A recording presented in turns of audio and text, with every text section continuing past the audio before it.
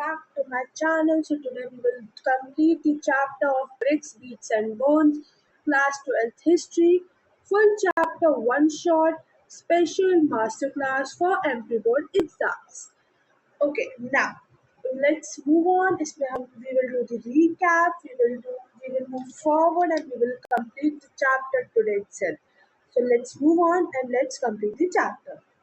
So starting with the beginning of the civilization. So let's begin. The beginning of the civilization, terms, places and time periods. The terms, places and time periods में हम देखते हैं कि basics of Harappa terms places में जो हड़प्पा था उसको हम तीन नाम से बुलाते हैं, जैसे हड़प्पन सिविलाइजेशन। क्यों? क्योंकि वो फर्स्ट डिस्कवर्ड साइट है। और second Indus valley civilisation IVC, क्योंकि वो इंडस रिवर से सिचुएटेड है, सराउंडेड है एंड विद इट्स ट्रिब्यूटरीज। फिर हम बोलते हैं उसको ब्रॉन्ज सिविलाइजेशन, क्यों? वहाँ पे बहुत सारे ब्रॉन्ज भी पाए जाते हैं। तो इसमें यही लिखा है नेम टर्म्स एंड प्लेसेस में, named after Harappa the first site discovered, also called the Indus valley Civilisation. ठीक है, समझ में आया कि क्या लिखा है? Named after Harappa, Harappa first discovered site थी, also called the Indus valley Civilisation. और ये major regions Afghanistan, Pakistan, India के कुछ रीजन जैसे गुजरात, राजस्थान और हरियाणा। फिर टाइमलाइन में हमने देखा था कि एक था अर्ली, फिर मैच्योर, फिर आता है डिकेडेंट फेज, मतलब डिक्लाइन फेज। तो हमने अर्ली फेज मतलब फॉर्मेटिव फेज में हमने ये पढ़ा, हमने ये देखा कि वो 6000 BC से 2600 BC तक चला। फिर जो मैच्योर फेज है वो चला 2600 BC से 1900 BC तक। फिर अपना डिक्लाइन फेज चला, वो चला 1900 BC से 1300 BC तक। तो इसमें भी ये लिखा है द मेच्योर हड़प्पन कल्चर, जो मेच्योर हड़प्पन कल्चर था is dated between 2600 BCE to 1900 BCE और it was proceeded by early Harappan, early Harappan से है एंड फॉलोड, किसको फॉलो करा? And followed late Harappan culture को फॉलो करा। ठीक है, फिर हमने देखा सबसिस्टेंस स्ट्रैटेजी। सबसिस्टेंस स्ट्रैटेजीज में हमने देखा कि वो लोग क्या खाते थे। तो प्लांट्स में हमने देखा wheat, barley, lentil, sesame, chickpea, millets are found in Gujarat. और फिर हमने देखा rice are rare, rice rare है, राइस वो खाते कभी कभी खाते हैं। फिर प्लांट्स, मतलब प्लांट्स की रिमेन को स्टडी करता है उनको हम बोलते हैं आर्कोबोटानिस्ट।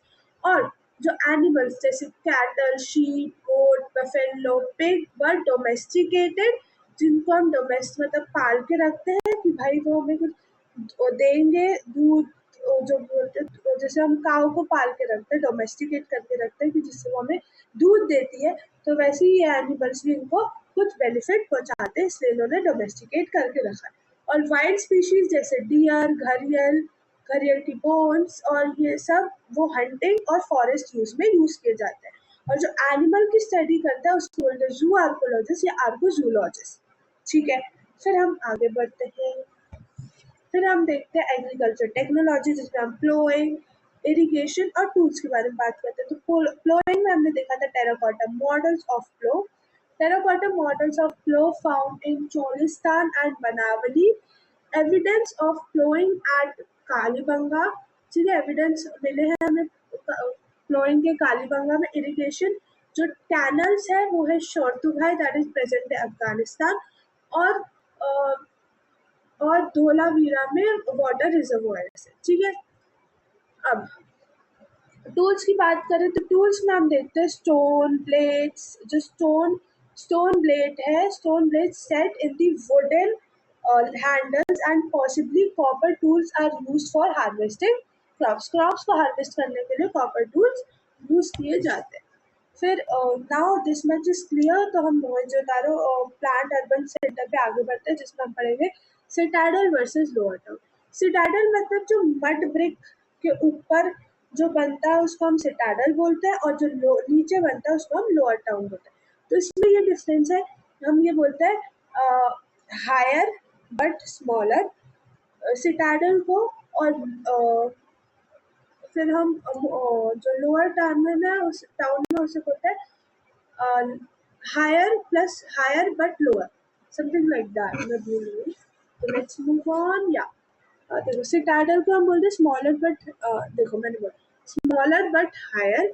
सिटाडल को हम बोलते हैं smaller but higher on platform, और लोअर टाउन को हम बोलते हैं larger but lower, sorry larger but, मैंने हायर बोल दिया था, लार्जर बट लोअर। ठीक है, ठीक है। तो हमने देखा था कि ठीक है, the city was divided into two parts, the citadel smaller but higher on platform, जो लोअर टाउन है लार्जर बट स्लोअर। और फिर हमने पढ़ा स्टैंडर्डाइज्ड बॉन्ड ब्रेक, जिसका रेशियो है 4:2:1। ये थोड़ा गलत हो गया, तो इसको थोड़ा वो करना, नेगोशिएट करना, मतलब सॉरी। और 4:2:1 were used throughout planning, preceded construction, showing an organized authority. अब जो स्टैंडर्डाइज बॉन्ड ब्रिक्स थे वो एकदम 4:2:1 की उसमें थे। पूरे हरप्पन कल्चर में, पूरे मोहनजोदारो में ये ब्रिक 4:2:1 में ही हुई थी। मतलब इसका रेशियो चेंज नहीं हुआ था, मतलब ऐसा लगा था कि पूरी ऑर्गेनाइज्ड अथॉरिटी है। Planning preceded construction showing an organised authority. ठीक है, ये पढ़ लिया कि town planning citadel versus lower town. Bricks की रेशियो था 4:2:1, वो थोड़ा गलत हो गया। और उसके बाद मतलब ऑर्गेनाइज्ड थी, मतलब पूरे हड़प्पा, मेसोपोटामिया तो मोहनजोदारो में पूरा 4:2:1 की ही ब्रिक्स यूज हो रही थी। ठीक है, मतलब organised authority type, planning precedent construction, showing up organised authority, show कर रहा है ऑर्गेनाइज्ड अथॉरिटी। ठीक है, फिर आता है drainage and grid system. Drainage और ग्रिड सिस्टम में सिस्टमैटिक डिजाइन था। तो ग्रिड पैटर्न्स थी, मतलब कि जो streets and roads were laid out along the grid pattern intersecting the writing. अब मैं आपको बताती हूँ, जैसे फॉर एग्जांपल मान लो ये ऐसा है, ठीक, ये ऐसा है, तो ये राइट एंगल पे तो इंटरसेक्ट हो रहा है। ठीक है, अब ठीक है, अब ये देखो यहाँ पे ऐसे ग्रिड पैटर्न है, साथ में ऐसे ऐसे ऐसे। ठीक है, अंदर से ऐसे ऐसे ऐसे। तो ये ग्रिड पैटर्न में चलता है, मतलब जिसका घर यहाँ है वो यहाँ पे ट्रेन करेगा, जिसका घर यहाँ है वो यहाँ पे ट्रेन करेगा, जिसका घर यहाँ है वो यहाँ पे ट्रेन करेगा। तो ऐसे वो ग्रिड सिस्टम में ऐसे ऐसे ऐसे ऐसे, तो वो ऐसे ऐसे ग्रिड बनाता जाता है अलोंग दी। ठीक है, तो grid pattern streets and roads were laid along a grid pattern और इंटरसेक्ट कर रहे थे at a right angle, intersect कर रहे हैं एट अ राइट एंगल। ठीक है, intersect at a right angle. ठीक है भाई, फिर उसके बाद house drains. Every house was connected to street drains, allowing waste water to flow out. हर एक घर में वो पाइप लगा दिया था कि वहां से पानी जो है वो ड्रेन के थ्रू एक बड़े ड्रेन में पहुंचकर वहां इकट्ठा होकर वहां पे वो होकर चला जाएगा। ठीक है, वेस्ट वाटर जो है बाहर हो जाएगा। ठीक है, तो क्या था ग्रिड पैटर्न, हमने पढ़ा कि स्ट्रीट्स जो थी, स्ट्रीट रोड्स वर लेड, जो स्ट्रीट रोड्स थी were laid out along with the grid pattern intersecting at right angle. फिर उसके बाद मतलब 90 डिग्री, ठीक है, तो 90 डिग्री को इंटरसेक्ट करना है।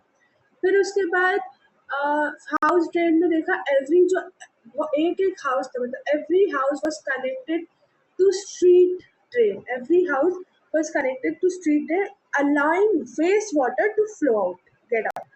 ठीक है, फिर उसके बाद maintenance, drains had loose bricks for periodic clean, मतलब कि ट्रेन्स को भी कवर करके रखा जाता था, कि ट्रेन्स को बेक्ड ब्रिक्स, लाइमस्टोन, इनसे, और वो भी लूज ब्रिक्स या लूज उससे कवर किया जाता था कि भाई उसको हटाकर क्लीन करना हो तो क्लीन हो जाए, पीरियोडिक पे वो क्लीन होता था। पीरियोडिक उस पे वो क्लीन होता था हर ईयर के बाद, उसके बाद तो वो क्लीन होता रहता था ड्रेन्स, ठीक है। फिर आता है डोमेस्टिक आर्किटेक्चर। तो डोमेस्टिक आर्किटेक्चर में द कोर्टयार्ड एडवांस्ड फीचर। तो कोर्टयार्ड में जो था हाउसेस सेंटर्ड अराउंड अ, जो हाउसेस थे वो सेंटर्ड अराउंड कोर्टयार्ड के अराउंड जो थे वो हाउसेस सेंटर्ड थे, हाउसेस थे फॉर एक्टिविटीज लाइक उस जैसे कोर्टयार्ड है, ये कोर्टयार्ड है, इसके अराउंड जो है वो इधर इधर सिचुएटेड है। क्या सिचुएटेड है? हाउसेस सिचुएटेड है किसके लिए?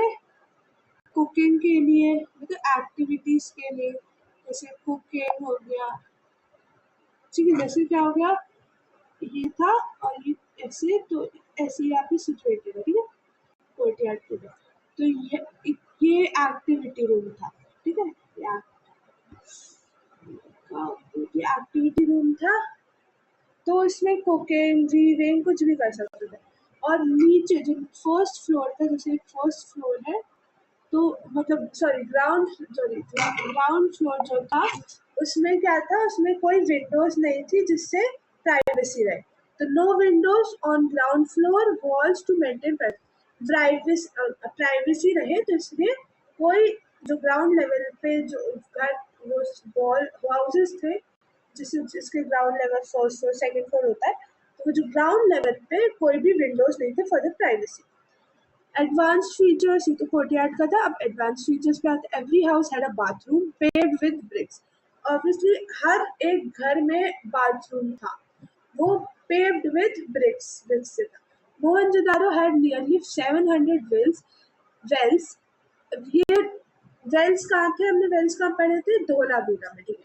Mohenjodaro had nearly 700 wells accessible even to passes by. जो भी वहाँ से निकलता, वहाँ से जाता, जिनको इसको प्यास लगती, तो वो 700 वेल्स थे कि भाई अगर आपको प्यास लगी तो आप इसको पानी निकाल के पी सकते हैं, ठीक है।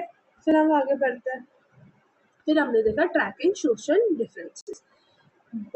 Burial architects.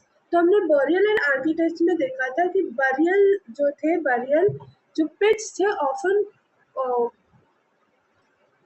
often contained pottery and ornaments. Social differences are visible in the quality of these finds. मतलब अगर हम किसी भी बरियल को ढूंढते हैं, किसी भी डेड बॉडी को हम ढूंढते हैं, तो भाई उसमें अगर वो नॉर्मल है, मतलब कहीं ऐसी, मतलब अगर वो पुअर इंसान है या ऐसी कॉमन मैन है, उसको क्या करते थे, उसको एक कॉमन पिट में डाल देते थे और उसको दफना देते थे।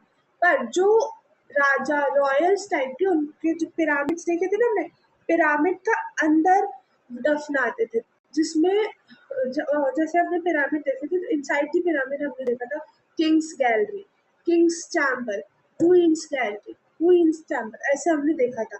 और उसमें कुछ कुछ लोग ऐसा भी मानते थे कि भाई वो क्या बोलते हैं, ऐसा मानते थे कि भाई आफ्टर लाइफ भी कुछ होता है। तो आफ्टर लाइफ भी कुछ होता है, तो वो उसके साथ ज्वेलरी जो भी वो यूज करते थे, कॉपर, मिरर और ज्वेलरी, शेल रिंग्स, जो भी यूज करते थे वो साथ में रखते गए। तो ये इसको बरियल बोलते हैं, जो हमने देखा था, ठीक है। अगर आप पिछली लेक्चर में देखोगे मेरा, जिसमें मैंने ये बहुत अच्छे से समझाया हुआ है, तो अगर आप उसमें देखोगे तो उसमें आपको मैंने इमेज के साथ दिखाया कि ये था। उसमें शेल रिंग्स है, उसमें उसका जो भी वो कॉपर मिरर, जो भी वो अपनी लाइफ में यूज करता था, वो सारी चीजें थी। गोल्ड का और ये सब, उसने ज्वेलरी पहनी हुई थी। बहुत मैन एंड वुमेन ज्वेलरी पहनते हैं, ठीक है। यूटिलिटेरियन मतलब कि जो कॉमन यूज होता है, लाइक जो कॉमन यूज मतलब डेली यूज का थिंग्स होते हैं। Objects of daily use like querns, querns मतलब वो बत्ती जिसमें हम वो करते हैं ना, जैसे ये होता है। और क्वांच मतलब एक बड़ी सी वो होती है जिसमें हम इतू सा छोटू सा पत्थर लेकर उस पर ऐसे ऐसे करते हैं, ऐसे पीसते हैं, जिस हर्ब्स पीसने का काम आता है। और हाँ, एक और होता है जिसको हम ऐसे करते हैं, और ये तो इससे हम अदरक पीसते हैं। तो आपने पुराने उसमें देखा होगा कि अदरक ऐसे पीसते हैं और वो ऐसे भट्टी चलाते हैं, उसको क्वेंस बोलते हैं। उसमें हर्ब्स पीसते हैं, कुछ ऐसा पीसते हैं, इन दोनों को क्वाइंस बोलते हैं, ठीक है। एक बड़ा पत्थर होता है और उसके ऊपर छोटा पत्थर से हम उसको पीसते हैं, और ये इसको इसको भी बोलते हैं क्वाइन, जिसको हम मतलब अदरक पीसने के यूज आता है, तो आपने देखा होगा, ठीक है। फिर यूटिलिटेरियन देखो, जैसे ये डेली यूज के things, coins, pottery, needles made of clay stone, जो भी क्ले स्टोन से बने रहते हैं वो। और लग्जरीज, लग्जरीज जो होते हैं rare items made of expensive materials like faience. Faience मैंने बताया था ना, जो ग्राउंड सैंड से यूज करते, ग्राउंड सैंड से बनाते हैं या सिलिका, सिलिका से बनाया जाता है, तो उसको बनाते हैं और उसमें गम डालते हैं और कलर डालते हैं, तो गम और कलर डाल के उसको बर्न करते हैं, तो वो उसको फिर उसको बोलते हैं फ्यान्स, ठीक है। उस जो बर्न करते हैं उसे, उसको बोलते हैं हम फ्यान्स, ठीक है। किसके बना होता है, सिलिका, और सिलिका से बना होता है या ग्राउंड का, ग्राउंड सैंड से बना होता है, उसमें हम गम और कलर डाल देते हैं और उसको बर्न करते हैं, वो बहुत डिफिकल्ट होता है बनाना, तो ये लग्जरीज होता है। और जो लग्जरीज होता है वो लार्ज सेटलमेंट्स में, जैसे हड़प्पा और मोहनजोदारो में मिलता है, ऐसी जगह पे नहीं मिलता, और मोहनजोदारो को बोलते हैं द माउंट ऑफ बरियर्स, तभी यहाँ पे इतनी अच्छी अच्छी मतलब हम इसमें अच्छे से सेटलमेंट कर पा रहे, सिविलाइजेशन कर पा रहे, नहीं तो हड़प्पा में ज्यादातर लोग रहते थे, तो इसलिए हम उसमें सिविलाइजेशन इतने अच्छे से नहीं कर पाते थे, तो यहाँ पे बहुत अच्छे से बना सब, इस बहुत मतलब बहुत मॉडर्न हुआ ये, वहाँ पे नहीं हो पाया, ठीक है। हाँ, हमने से भी नहीं पढ़ा, सॉरी। हाँ, ये पढ़ लिया ना, लग्जरीज, यूटिलिटेरियन और बजट्स, ठीक है। फिर हाँ, फिर ये आता है क्राफ्ट प्रोडक्शन, ये देखो क्राफ्ट प्रोडक्शन। चन चन उधर चन चकुंदड़ों में दहक, चकुंदड़ों, ये देखो, ये देख रहे हैं आप क्राफ्ट, ये ये जो क्राफ्ट की चीज है, ये उसने पूरा अपने आप को, चकुंदड़ों ने पूरा अपने आप को डिवोट कर दिया था, मतलब दे ही दिया था कि भाई इसमें इधर क्राफ्ट की चीजें होंगी, डिवोट कर दिया था क्राफ्ट में, ठीक है। तो the small settlements devoted almost entirely to craft production, तो द स्मॉल सेटलमेंट, जो छोटे छोटे सेटलमेंट्स थे, वो ऑलमोस्ट उन्होंने डिवोट कर दिए थे, मतलब almost devoted to the entirely to craft, मतलब ऑलमोस्ट डिवोट कर दिया था entirely to the craft production. Bead making, shell cutting, material metal working, seal making and weight making, मतलब कि स्मॉल सेटलमेंट जो थे ऑलमोस्ट उन्होंने डिवोट कर दिया था entirely to the craft production, उसमें bead making, metal making, shell cutting and seal making, weight making, तो इसमें हो गया। और मटेरियल्स कौन कौन से, लापिस lazuli था, कार्नेलियन था, स्टेटाइट था, स्टेटाइट मतलब सॉफ्ट स्टोन, सॉफ्ट स्टोन, और वर यूज स्पेशलाइज सेंटर्स कौन थे, Nageshwar and Balakot for shell, जो नागेश्वर था और बालाकोट था वो स्पेशली फॉर शेल्स था, ठीक है। ये याद रखना, ठीक है। फिर हमने देखा trade and procurement, trade and procurement में हमने देखा लोकल नेटवर्क्स, लोकल नेटवर्क्स में देखा प्रोक्योर, जो स्टोन लेते थे वो हम राजस्थान से लेते थे, कहाँ से, Rajasthan. Gold from south India and lapis lazuli from Shortughai, Shortughai में कैनल्स भी हमने देखे थे, जो प्रेजेंट है अफगानिस्तान में। तो हमने लोकल नेटवर्क्स में क्या देखा, जो हम स्टोन्स लाते हैं वो राजस्थान से लाते हैं, गोल्ड लाते हैं वो साउथ अफ्रीका से लाते हैं, लापिस साउथ इंडिया से लाते हैं ना, हाँ, गोल्ड लाते हैं जो साउथ इंडिया से लाते हैं, एंड लापिस लजूरी हम शॉर्तु घाय से लाते हैं, वो है प्रेजेंट है अफगानिस्तान में, ठीक है। फिर हम डिस्टेंट ट्रेड देखते हैं, trade links with Oman, Oman for copper, जो ओमान है वो यूजुअली कॉपर का है, तो copper, and Mesopotamia. The Mesopotamian texts refer to Meluhha Indus region, मतलब जो मेसोपोटामिया का जो टेक्स्ट था वो रेफर था मलुहा, मतलब इंडस रीजन से, ठीक है। फिर सील्स हमने देखी थी, seals and sealing were use to, हमने देखा था कि जो सील्स थी और जो सीलिंग थी वो यूज होती थी for large scale long distance communication and ensure the security of goods, इसलिए हम वहाँ पे सील्स लगा के रख देते हैं कि ये सिक्योरिटी है, कोई खोले तो हमें पता चल जाए कि इसमें किसी ने गड़बड़ की है, ठीक है। तो लॉन्ग डिस्टेंस ट्रेड में हमने सील्स देखी थी, ठीक है। फिर हमने देखा था seal script weights, seal script weights में कम्युनिकेशन टूल्स, ठीक है। अरे यार ये पिक्चर नहीं है, ठीक है। तो हमने देखा था एनिग्मेटिक स्क्रिप्ट, एनिग्मेटिक स्क्रिप्ट में जो एनिग्मेटिक मतलब जो क्या एनिग्मेटिक मतलब कि जो एनिग्मेटिक मतलब जो script not able to understand, मतलब अनडिसिफर्ड, अनडिसिफर्ड मतलब कि हम उसको देख सकते हैं पर उसको प्रोनाउंस नहीं कर सकते, उसको लिख नहीं सकते कैसे वो है, तो अनडिसाइफर्ड जैसे इस पे लिखा है। रिटन फ्रॉम, इसमें वो लिखते थे, हम लिखते हैं, देखो हम लिखते हैं लेफ्ट टू राइट, हम ऐसे लिखते हैं, ठीक है। हम ऐसे ऐसे लिखते हैं, वो कैसे लिखते हैं, लेफ्ट राइट टू लेफ्ट, तो वो ऐसे लिखते हैं, ठीक है। हम ऐसे लिखते हैं और वो ऐसे लिखते हैं, ठीक है। तो हम लिखते हैं लेफ्ट, हम कैसे लिखते हैं, हम ऐसे लिखते हैं ना, तो हम ऐसे लिखते हैं, तो हम लेफ्ट टू राइट लिखते हैं, तो वो कैसे लिखते हैं, वो राइट टू लेफ्ट लिखते हैं, ठीक है। तो इतना समझ लो। फिर कंटेन्स 375 टू 400 साइंस, ये 375 से 400 साइंस जो है वो अभी तक अनडिसाइफर्ड है, मतलब अभी तक हमने ढूंढना नहीं है, साइंटिस्ट ने ढूंढना नहीं है कि भाई इन साइंस का मतलब क्या है।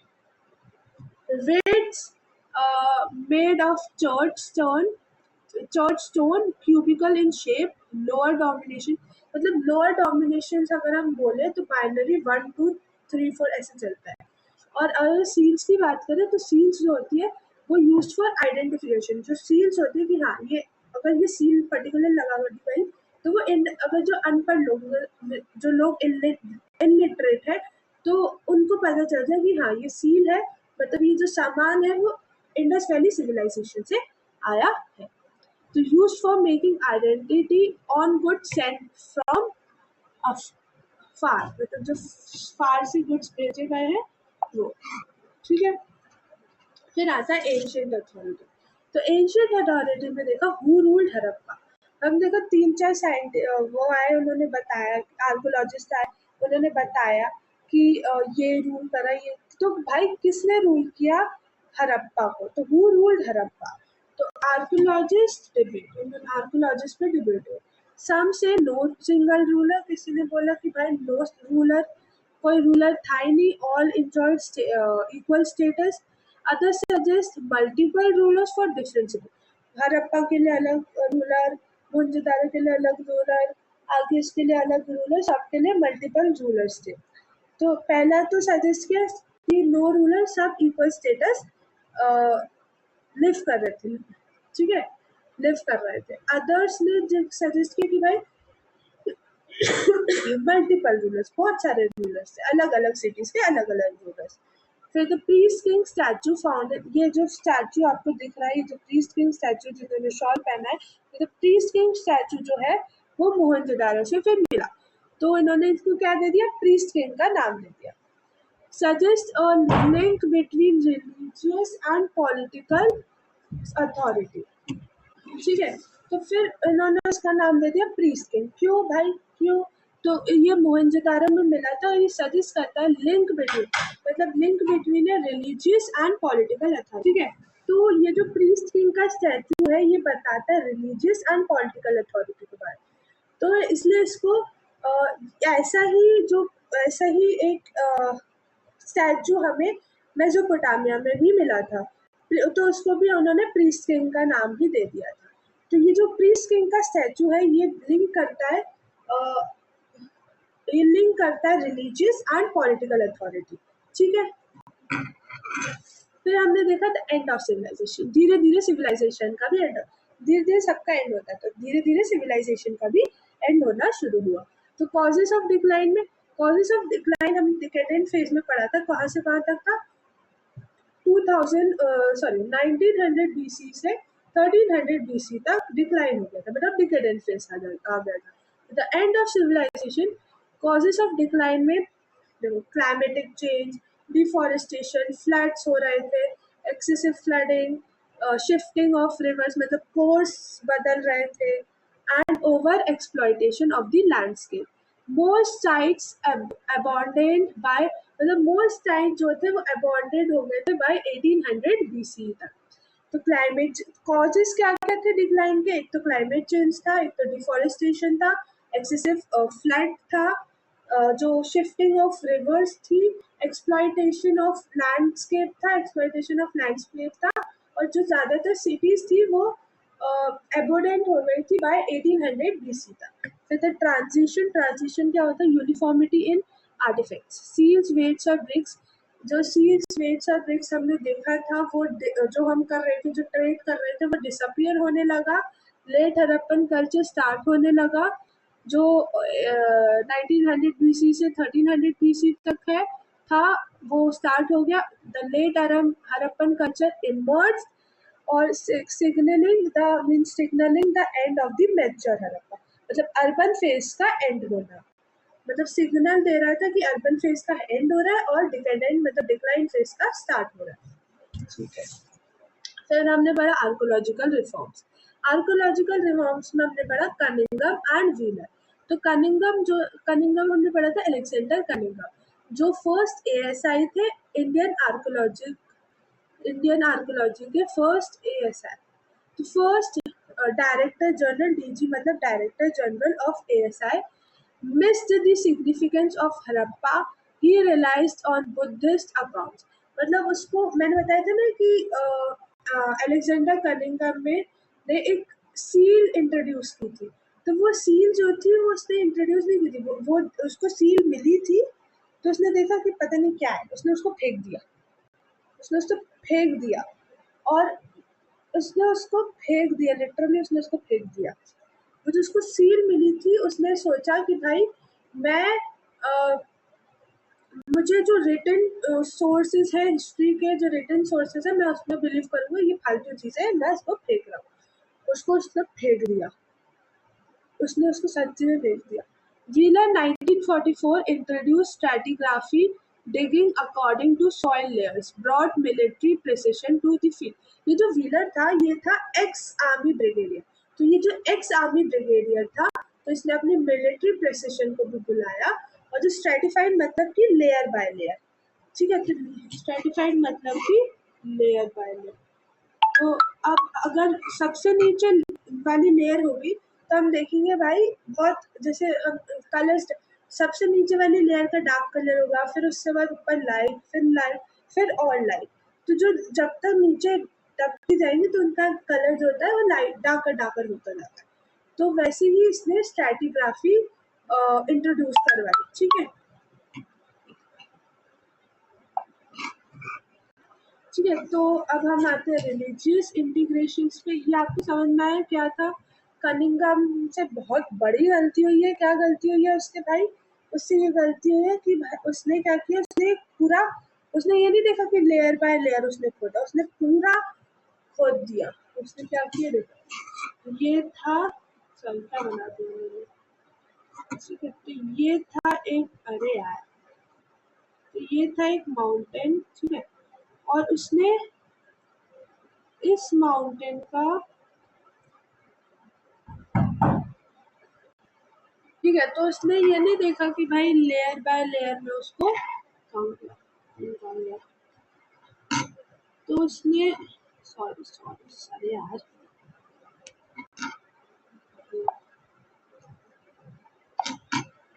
हाँ, तो उसने ये नहीं देखा कि भाई मैं उसको लेयर बाय लेयर डिग कर, उसने क्या किया, एक बार में ही सब खोद दिया, यहाँ से पूरा ऐसे डिग कर दिया उसने। अगर लेयर बाय लेयर करता तो जो इम्पोर्टेंट सोर्सेज है वो हमें मिल जाते, पर उसने क्या कि एक बार में पूरा खोद डाला। तो उसने बोला सब एक ही चीज़ का है, तो भाई हमें टाइम पीरियड्स के मतलब एक-एक करके दिखाओ ना, ऐसे लेयर बाय लेयर खोदो, पहले ऊपर वाला लेयर खोदो, फिर नीचे वाला लेयर खोदो, फिर ये वाला खोदो, फिर ये वाला खोदो, फिर ये वाला खोदो, मतलब ऐसे खोदो। उसने पूरा ही ऐसे डिग कर दिया, तो जो इम्पोर्टेंट इन्फॉर्मेशन थी जो हमें चाहिए थी वो भी नहीं मिली, वो भी हाथ से चली गई। ठीक है, तो इसलिए ये व्हीलर आए जो एक्स आर्मी ब्रिगेडियर थे, वो आए और उन्होंने स्ट्रैटिग्राफी इंट्रोड्यूस किया, और जो अपनी वो जो प्रिसिशन मिलिट्री प्रिसिशन थे वो उन्हें लाए और उन्हें लाइन बाय लाइन स्ट्रैटिग्राफी के फॉर्म में उसको स्ट्रेटिग्राफी के फॉर्म में उसको डिग करते गए। तो जिससे जो इम्पोर्टेंट चीज़ें वहाँ तो आप डिग नहीं कर सकते, वहाँ तो हो गया, तो दूसरी जगह भी वहाँ डिग करने लगे और स्ट्रेटिग्राफी फॉर्म में लाइन बाय लाइन अच्छे से कि भाई जो इम्पोर्टेंट इंफॉर्मेशन है वो मिस ना हो। ठीक है। फिर हमने देखा रिलीजियस इंटरप्रिटेशंस। तो रिलीजियस इंटरप्रिटेशंस में हमने देखा मदर गॉडेस। मदर गॉडेस में terracotta female figurines heavily jewelled. जो मदर गॉडेस है वो हेवीली ज्वेल्ड, मतलब जैसे आपने महालक्ष्मी, माँ सरस्वती, इन सबको देखा होगा तो बहुत अच्छे से वो ज्वेल्ड होती है, मतलब पूरी उन्होंने ज्वेलरी पहनी होती है अच्छे से, कान के ज्वेलरी पूरे अच्छे से, इधर इतनी बड़ा बड़ा नेकलेस और ये सब यहाँ तक, मतलब बहुत बड़ी बड़ी ज्वेलरीज पहनी होती है। तो वैसे ही ये भी हड़प्पा, सॉरी, मोहनजोदारो के मदर गॉडेस है, तो इन्होंने भी अच्छी सी ज्वेलरी पहन के रखी है। Terracotta female figurines heavily jewelled with elaborated head dresses. इनके जो सर पे वो है head dresses represent fertility and spiritual life. ये क्या रिप्रेजेंट करती है? फर्टिलिटी। फर्टिलिटी रिप्रेजेंट करती है, स्पिरिचुअल लाइफ रिप्रेजेंट करती है। सो आई एम रियली सॉरी, पता नहीं वो जो फोटो है वो पता नहीं कहाँ गई। ये आपके बुक में है फोटो, प्रोटोशिवा। प्रोटोशिवा मतलब कि आफ्टर शिव जी से पहले, शिव जी से जो पहले जो वो थे जो एनिमल्स को प्रोटेक्ट करते थे वो। तो seal showing a figure in a yogic posture. अगर आप अपनी एनसीईआरटी खोल के देखोगे तो इसमें, सॉरी इसमें पिक्चर नहीं आ पाई पता नहीं क्यों, तो सील जो है वो शो कर रहा है कि भाई वो अपना योगा कर रहा है। योगिक मतलब वो अपने योगा मेडिटेशन के उसमें बैठा है। तो seal showing a figure in a yogic posture surrounded by animals.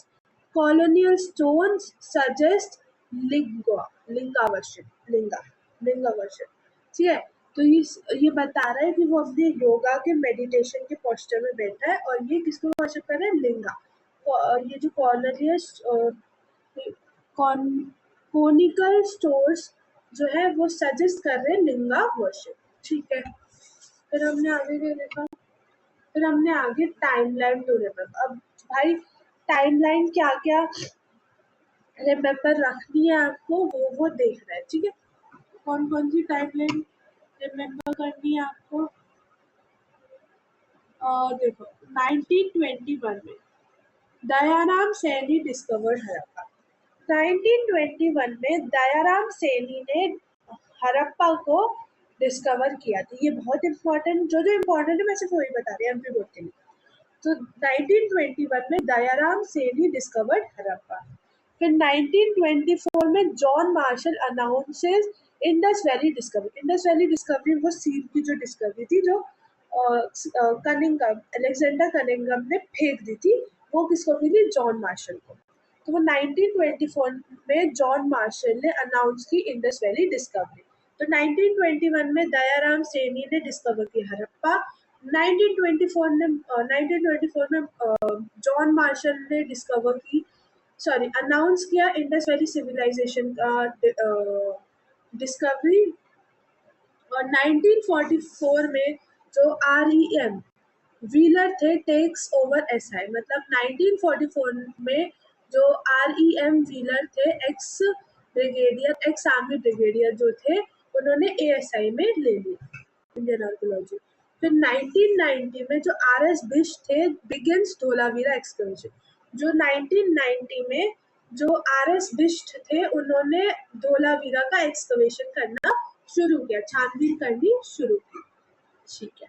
अब ये एमपी बोर्ड के हिसाब से कुछ इम्पोर्टेंट क्वेश्चंस हैं, वो ध्यान रखना। जैसे मैं आपको बता रही हूँ टॉपिक टाउन प्लानिंग। तो describe the unique features of Mohenjodaro's city layout and drainage system. क्या ड्रेनेज सिस्टम था, क्या लेआउट था, जैसे हम ग्रिड पैटर्न पढ़ गए तो वो सब उनका यूनिक फीचर्स हमें इसमें लिखना है। फिर हमने देखा सोशल स्ट्रैटिफिकेशन। सोशल स्ट्रैटिफिकेशन में हाउ डू आर्कोलॉजिस्ट यूज ये हमने पढ़ा था, how do archaeologist use burials and luxuries to identify social barriers और ये लग्जरीज को कैसे वो करते थे कि भाई सोशल डिफरेंसेस उनका पता चले, निकल के आए। तो वो बहुत इंपॉर्टेंट चीज़ है। ठीक है, फिर आगे क्राफ्ट सेंटर। तो क्राफ्ट सेंटर में चकुंदरो ने अपने आप को, मतलब स्मॉल सेटलमेंट्स ने अपने आप को पूरा डिवोट कर दिया था क्राफ्ट प्रोडक्शन के अंदर। ठीक है, तो explain the role of Chanhudaro in craft production and its specialisation. क्या उसका स्पेशलाइजेशन था, क्या क्राफ्ट प्रोडक्शन, ये भी बहुत जरूरी जो चीजें हैं। ये 3 4 5 मार्क्स में बहुत जरूरी आ सकती हैं, तो प्लीज उनको अच्छे से कर लें। डिक्लाइन में what were the various causes seated for the disappear. क्या क्या कॉजेज थे, कॉजेज हमने पढ़े थे कि क्लाइमेट चेंज था, डिफॉरेस्टेशन था, एक्सेसिव फ्लडिंग थी, और हमने बहुत सारी चीज़ें पढ़ी थी, तो वो सारी है। तो what were the various causes seated for the disappearance of Harappan culture. क्या क्या उसके डिकेडेंट थे, क्या क्या उसके वो थे, क्या क्या उसने फेस किया। तो ठीक है, तो ये this all was for today. Thank you for watching this video and mastered. You have all mastered class chapter 1, class 12, history book 1. Good luck for your boards. Like, share, subscribe my channel for more history lectures. So now goodbye. Sorry, goodbye, sorry. Bye. Love you all. A big heart for you. Love you. Like, share, subscribe my channel. Bye. Bye. Bye. Bye.